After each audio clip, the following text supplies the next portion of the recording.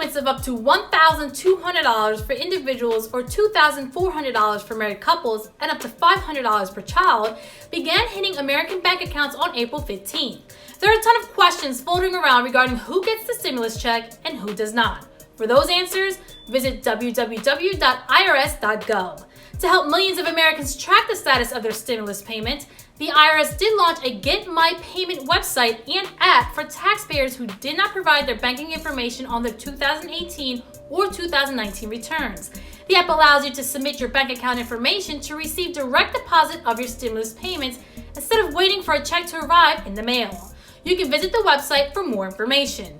Your local government television station, WITN 22, had the opportunity to speak to taxpayers living in Wilmington, Delaware, who were open to the idea of sharing their personal stories on how they've planned to use their stimulus funds, the immediate impact it's had on their life or business, and how the coronavirus pandemic has caused them to be frugal with their finances. I'm from Wilmington, Delaware.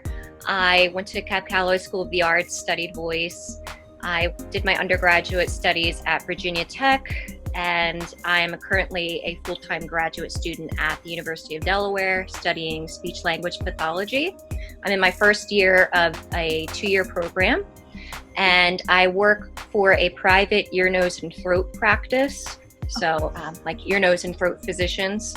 I help to assist them with procedures and day-to-day patient care, things of that nature. Now, since everyone's working from home and their day-to-day schedule has changed, you have not only the student's perspective, but you also have from a physician's doctoral perspective. Talk to us a little bit about how you've been able to manage your schedule during this coronavirus pandemic. It has been a nightmare for most of us in my cohort.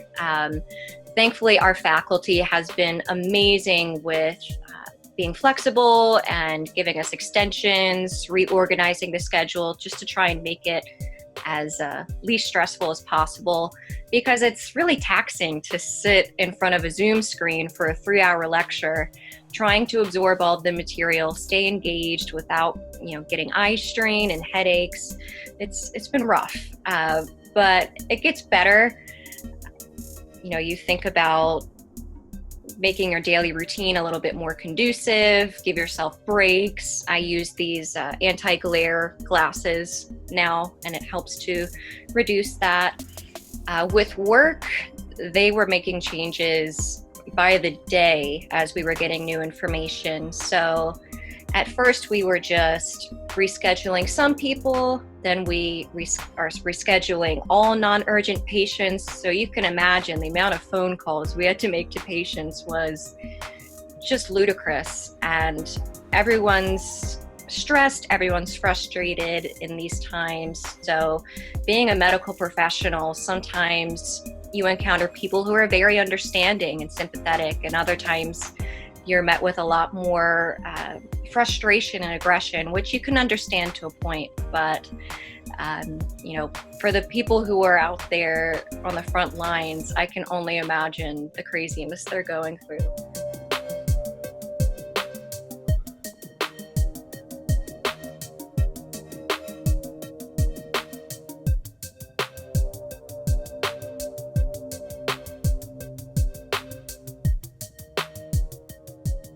Alexa, as a medical assistant and a grad student, talk to us about your perspective in regards to the CARES Act and Americans receiving their stimulus check today.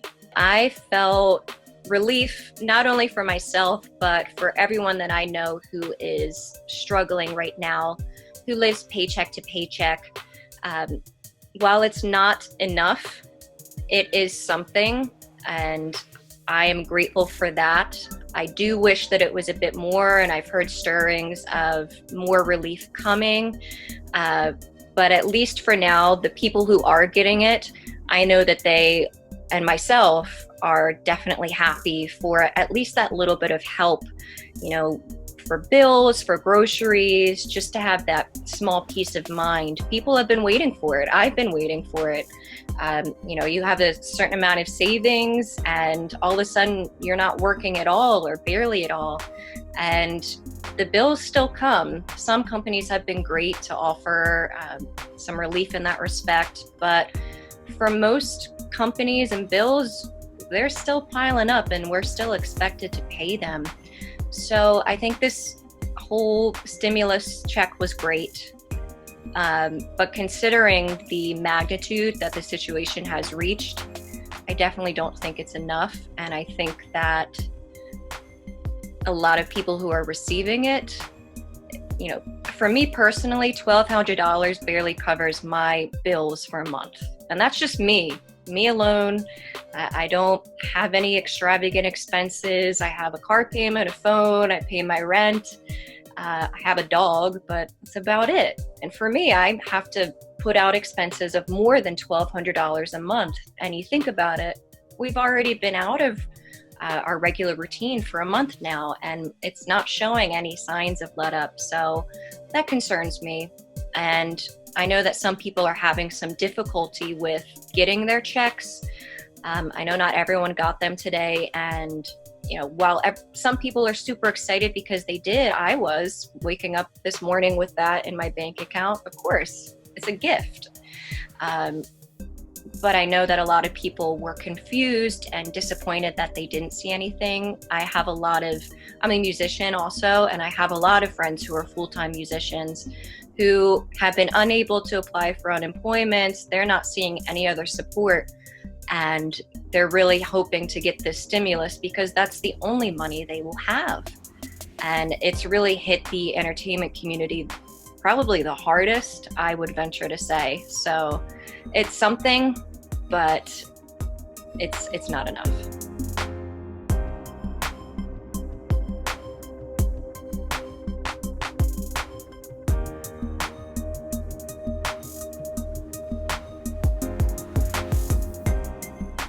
I got mine today and I just invested it.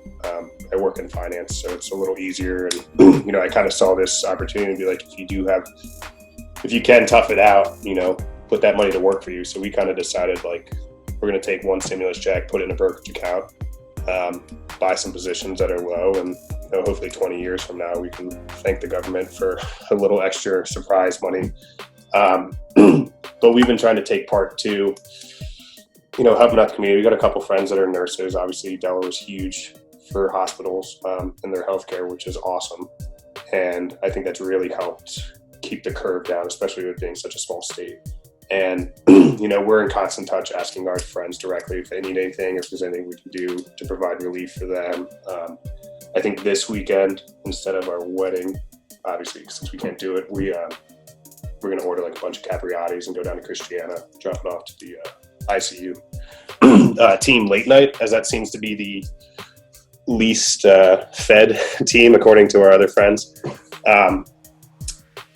But I don't know, it's crazy to think, like, you never take into perspective how much money you waste, you know, when you're going out and like having fun and being able to go to bars or go to restaurants or go, you know, do some touristy things downtown. I just hope people can survive it, and those that are on the brink of being able to or not, just tighten up. You'll make it through, and, you know, try not to squander the money. You know, you see too many people that get dependent on things, and everyone's going to make it through. So, you know, if you can use this to your benefit for the long run, then definitely do so.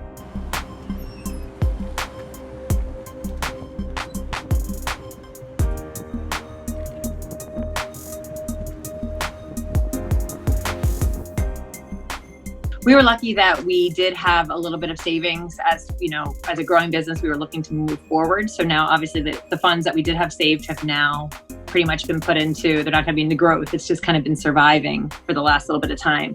I think the hardest thing has been for businesses that are my size is that you're a small business with not many employees, you're a sole proprietor, pretty much is what I am. So I'm not really eligible. I'm not eligible for unemployment. Neither my husband or I are. And small business loans are very, very slow. I mean, we've applied for some, but there hasn't been anything, you know, the backlog of that is, I guess, a terrible thing. And then we hear on the news that there may not even be funding available by the time that it is processed. So, wow. You know, it's a lot of, like you were saying before, it's a lot of budgeting.